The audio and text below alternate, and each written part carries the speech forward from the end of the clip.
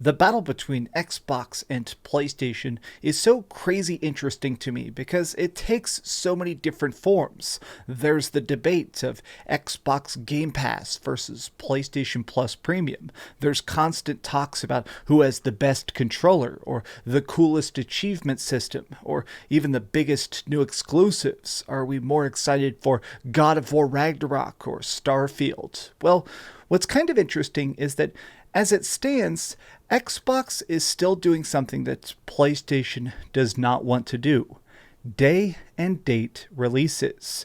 Whenever the next big Microsoft game comes out, they'll put it on Steam, they'll put it on Xbox Series X, they'll put it on Game Pass, they'll put it everywhere because to them, they just want you to play it. Whereas PlayStation, they're still holding back. They still want you to buy a PlayStation 5 and play all of their next big exclusives on their dedicated hardware. But they've released a new statement, and it seems like it's made some people mad. It sounds like PlayStation does want everything to eventually come to PC, but with some caveats. And I want to talk about that.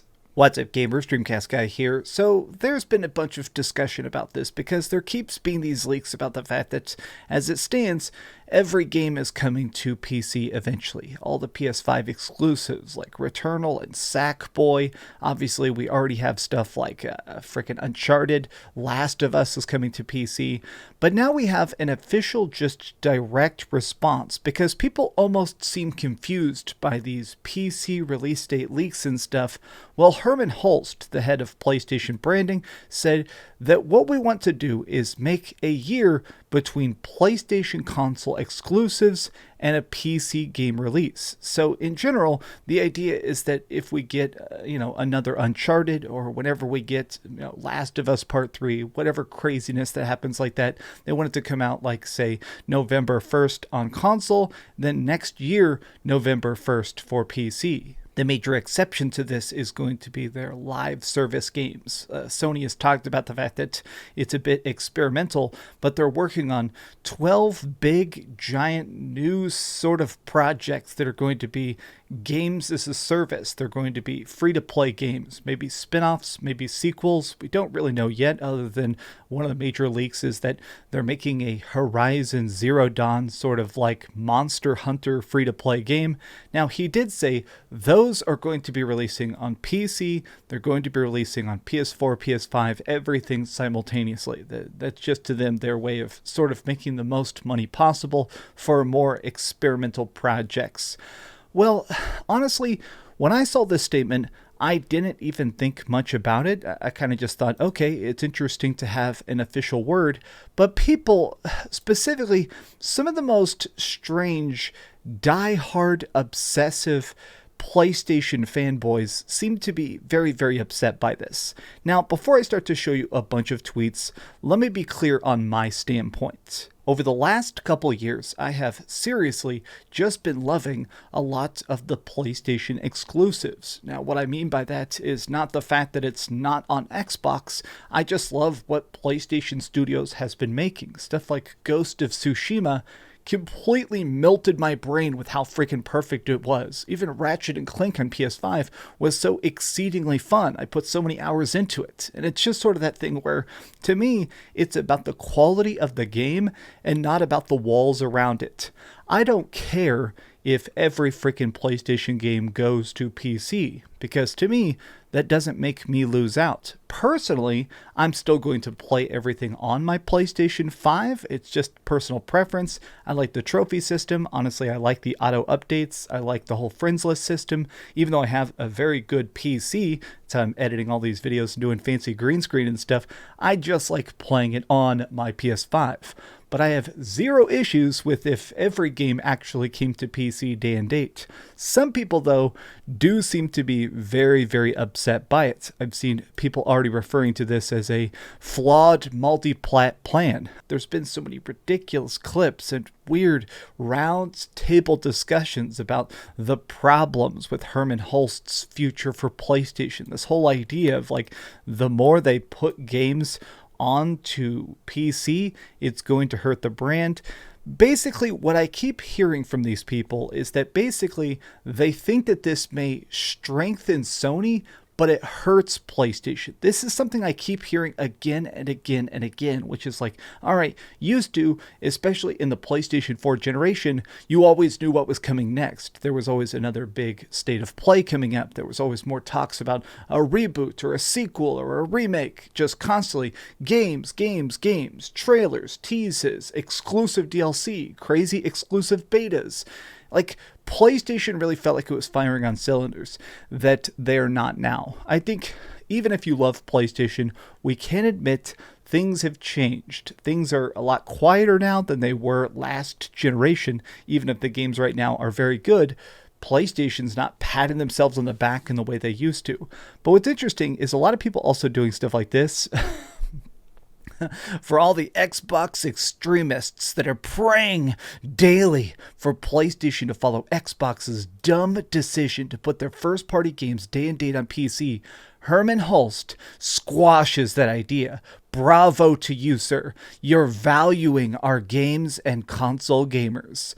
That's a little bit weird. Look at this. Misery loves company. Xbox needed a day and date approach as the sales curve for their very few AAA releases was abysmal. Sony first party focusing on one platform, the PlayStation 5, during development ensures you get the most hardware and explains why Sony outshines its competitors. Now let's just be clear, pretty much everything about this is very technically incorrect. I do think that Sony does make the best games. I do also think that Sony is currently making more games than Xbox. I think Xbox is going to have a very good 2023, but as it stands, it's funny to try and say that like Sony is ignoring PC when quite frankly they're not. Sony is basically making games for whatever they think is going to sell the most. They're currently focusing on the hardware because PlayStation 5 is selling so much, but this assumes this extra layer of weird, cringy intent that I don't think Sony themselves actually harbors.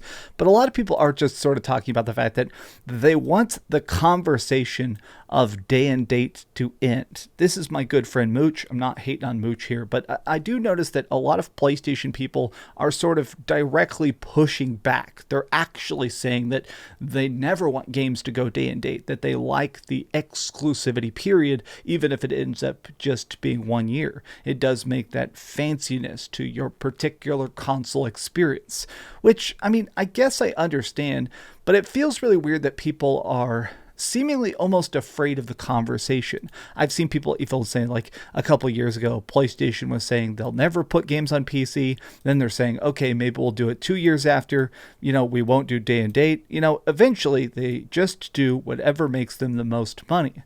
This tweet, as goofy as it is, it's very obviously phrased in a way that's supposed to like trigger Sony ponies.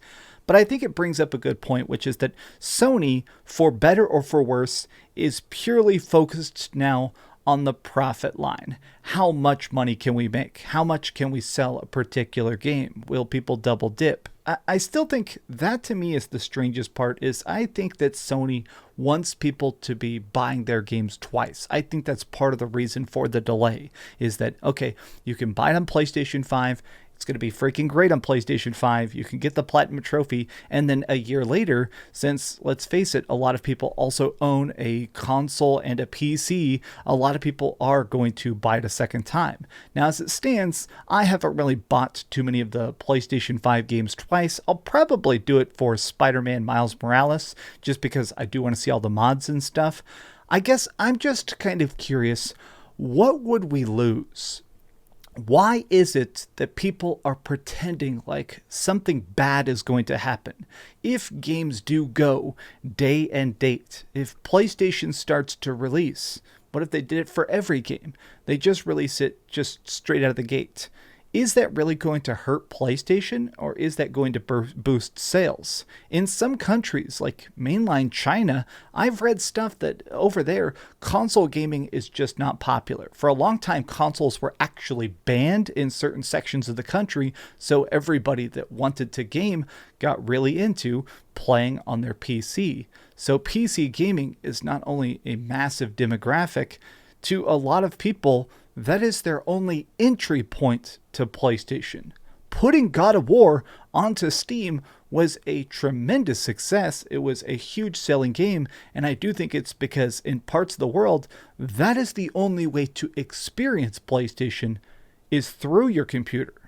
But these are just some off-the-cuff thoughts. If you're mad about this, if you're like banging your fists on the desk about the evil Sony betraying us, that's probably a weird frame of mind. I'm not going to tell you to have a good day or a bad day, but little bit funky. But please, if you could do me a favor, like this video and subscribe if you haven't already, and please keep dreaming.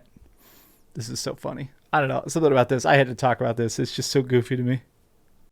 Thanks so much for watching that video. If you want to see something else, you can always click this link to see what I put up last, or, subscribe and see what's coming up next. Also, I promise that whatever I do, it'll try not to suck.